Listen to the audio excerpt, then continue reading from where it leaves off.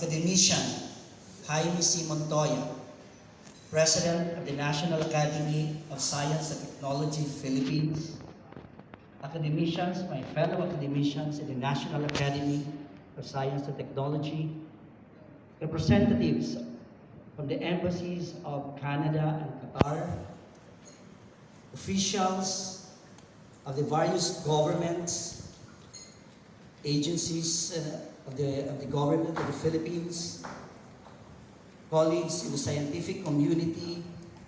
guests, ladies and gentlemen, good morning, everyone. Welcome to the 46th Annual Scientific Meeting hosted by the Agricultural Sciences Division of NAST Philippines with the theme, Beyond Farm Productivity, Transforming the Philippine Food System